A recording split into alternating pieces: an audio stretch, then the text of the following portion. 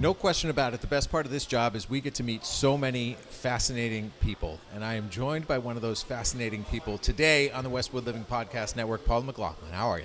Now, do you go McLaughlin? Do you go McLaughlin? This is McLaughlin. Always, you're the soft F. That's about the only thing soft about me.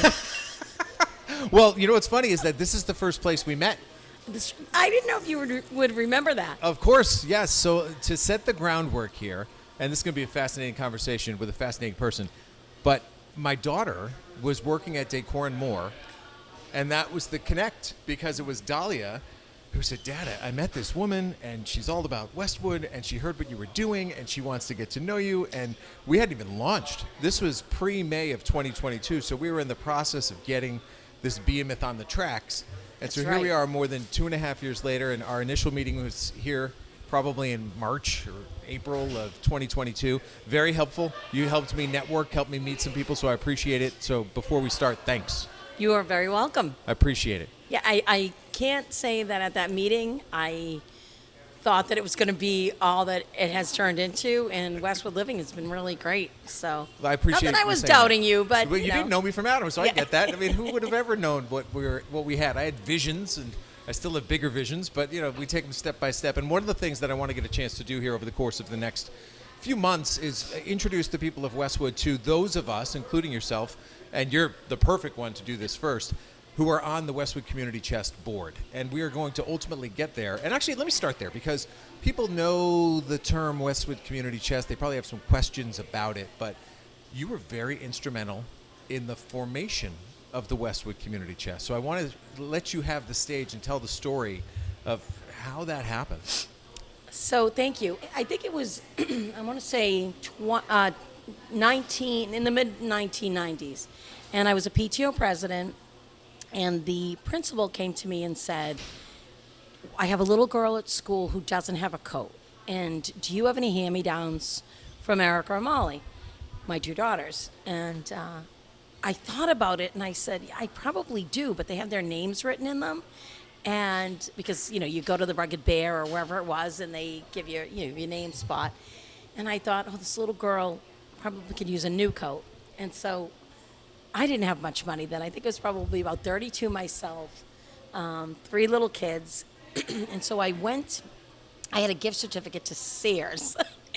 And I went and bought the girl a coat and hat and gloves, and I brought it in, and I said, Jean, here's a new hat and coat. And she said, oh, great, I will just call her grandparents in. I'll call her parents in and tell them that a grandparent dropped it off. They had bought the wrong size and can't return it. Yes, we were deceitful, but for a good cause. As those things were, as that was happening, we realized that there were other things across town, similar stories about people just not having enough. And I have to tell you, Tom, I grew up poor. I was born in Dorchester, grew up in Hyde Park, single mom. We just didn't have anything, but nobody else in my neighborhood had anything either. So you wouldn't stand out. In Westwood, you would. And so I thought, it's tough to be poor, but it's really tough to be poor in a town like this where there's so much affluence. And so it was Paul Sicard and Colleen Messing, Lois Riley, and I were all sitting around a table thinking, what can we do? Now, Colleen was my counterpart over in Sheehan and Martha Jones. Lois was a guidance counselor. Paul Sicard was a police officer. But we were seeing it across town. And so that is how we formed the Community Chest. And then we also, I think Todd Danforth might have been there from Youth and Family Services. But we also said, what can we do? In the beginning, it was so grassroots that we were just collecting money and paying people's light bills. There were times when we were getting stories, a lot of earned media, because this was an exciting thing. But I would have people showing up to my house with their electric bills, and I'd be calling, whatever it was, N-Star at the time, and paying their electric bill out of my checking account, to keep their lights on. I mean, it was so grassroots. And eventually, as as we brought more people onto the board and started doing more organized fundraising, we figured we have to become a 501c3. And so I stayed on until we had that happen. And then I sort of drifted off. Well, you had life, Yeah. right? You had your own stuff that you had to deal Exactly. with your own family that was maturing. It's fascinating to me that you were a part of it, and now you're back. I'm back. So you came back, and you're on the board, and you started last year as a rookie again. Yeah. Well, A tenured rookie. It's funny that you say that. And by the way, I have a son too, in between those two daughters, so don't want to leave him No, out. of course not. I'm the one son Yeah. and 3 kids, so I understand you can't leave the son out. So, yeah, as a matter of fact, when they were interviewing me for the board, they started telling me about the origins. And I sort of, I let them talk a little bit. And then I said, well, you do understand that I'm one of the founders. And they said, no, we didn't know. We didn't realize that. And I said, well, I thought that's why you contacted me. They're like, no, we just see that you're doing a lot in Westwood. And we figured, Listen, that has to be in a way rewarding because it has taken on an immense life of its own, and the numbers of people that are helped and the number of dollars that come in are really astounding.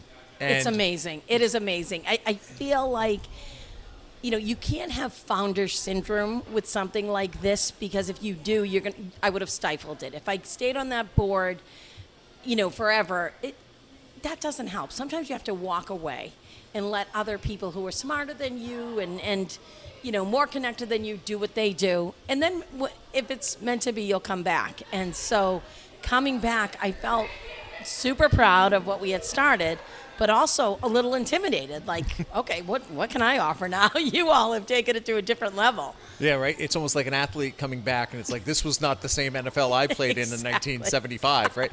I understand that. Well, let's talk just more about you in general, because you told me as we just started this podcast, you're like, well, this is my one day off. So Right.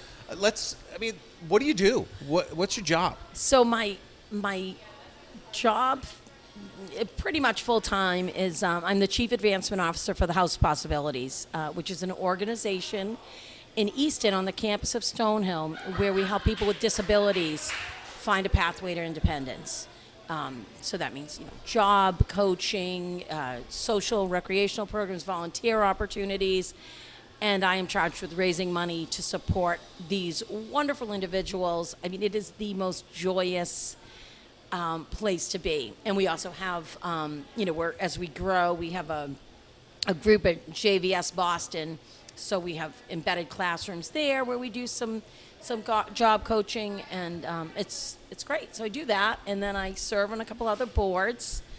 I'm on the. It's in your blood. Yeah, it is. I don't. It's funny. I'm on the board of the corporate board of Hale, where I worked for 18 years before I went to House of Possibilities. I serve on St. Catherine's of Siena Advisory Council for their school. I am on the board of Boston Theater Company, which is founded by a Westwood resident, Joey Frangia. And I'm on the long-term financial planning committee for Westwood. There's some other things. Well, and not to be overlooked is the fact that you're also the wife of a police officer. Yes, I am. And Paul, is always so busy, and his job is so unpredictable. So that in and of itself could be its own podcast. But I want to turn the page a little bit here and just get your feelings on Westwood from where it was when you got here to where it is now. The evolution, what you've witnessed, why you came here, how you ended up here. Just go ahead. Sure. So Paul and I kept looking at houses, in the city. We're both city people. We actually have an apartment in South Boston now, but back in he was from Mattapan, I was from Hyde Park, and we wanted to stay in the area.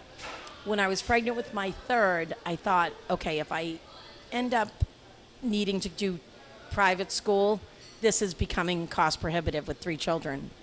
And so we started looking at anything in Needham and Westwood in our price range, and there was nothing. So they were showing, our realtors were showing us houses, far out, and I was thinking, like, geez, at the time Paul was in the drug unit, and I'm like, you go back and forth to work a couple times, sometimes you go to court and you're coming home and back. Will you go to Franklin or somewhere far out? No way. No way, I can't do it.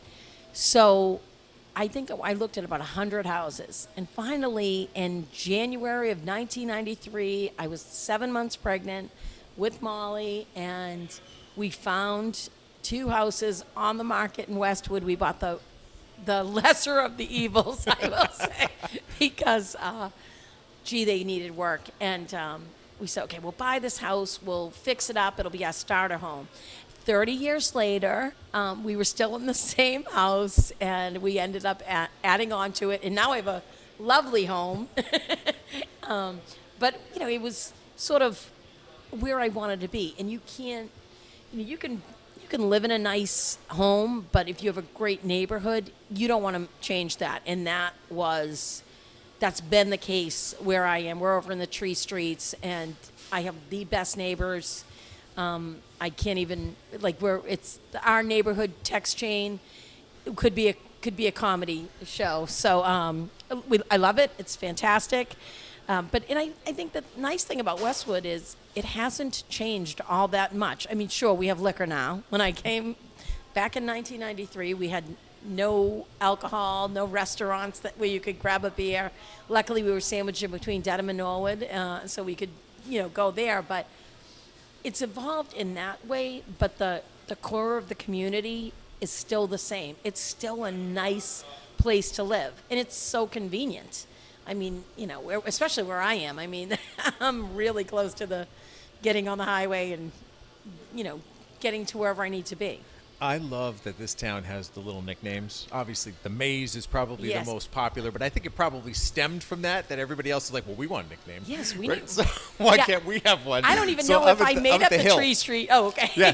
So the hill is the Pheasant, Yes, sure. Pheasant Hill, Burgess, Mill Street. Highview, Yeah, June, all of that. And what's funny is I've been trying to get this instituted because it's true. You go up such a steep hill that the temperature does drop 1 degree in the winter. I'm telling you scientifically, I have proven it. I go up there and it's 35 at the base of the hill by Sassy, and it is 34 at the house. So I think that the slogan should be the hill, 1 degree cooler. So you heard it here first. I love it. But you have the loop. You I just said love the it. Tree Streets. It's Yes. fantastic. So vision and hope for the community chest, because I think that in my now 1 full year, starting my 2nd year on the board, so as we move forward, what would be on your wish list in terms of what you think the community chest could achieve? So I think, one issue that we have in town is it's expensive to live here. It's expensive to stay here. But I would hate for that to be a reason for people to leave. And so there's lots of entities in town that actually work to make sure that you can stay. There's the Aid to the Elderly, and I think that's wonderful. I know Pattahern was one to start that, years ago. There's St. Vincent de Paul. There's also, every one of the sports teams. I mean, there is no reason if you live in Westwood and your kid wants to play lacrosse or baseball or soccer, people need to know if you can't afford it, they have coffers that have money, and they want to make sure every kid feels like they belong. And I think inclusion, we talk about it, a lot, and no one should be embarrassed to ask that they need something. I'll give you a little story. Shortly after I moved to Westwood, my sister and her daughters rented an apartment in Westwood. And my niece and they were from Hyde Park. They had no money. And they were living, but my sister wanted her kids to go to better schools. And so my nieces were in the middle school, and she started in the 6th grade, and at that point, 6th graders used to go to Camp Borndale. And they would, find out about it, you had to have the registration in the end of the 5th grade year, and people paid it or whatever, and they were just coming in, and it wasn't terribly cost prohibitive, but it was for my sister. And so Lisa got the permission slip and came home and said, I need, $325 by next week to go. And that was just too much money. And so my sister said, I don't think I can send you. So Lisa went to school and said, I can't go. And the teachers were like, oh, that's fine. if you can't afford it, we have scholarship, no problem. So for Lisa, this was like winning a lottery ticket, and she was really excited about it. And so she told her new friends, I can go. They're going to give me a scholarship, which she thought was great. And these people become your best advocates because, in a way, they appreciate it more. So they're going to talk about the experience that they had at a camp, right? That's something that I learned. But the girls that she told didn't see it the way Lisa saw it. So a couple girls in Westwood were like, you need a scholarship? And then they got the picture day thing, and they said, do you need a scholarship to get your picture taken? Oh, good. Bullying. Yes. Fantastic. Yes. And this is 1993, and I'd like to think that we've evolved a little bit.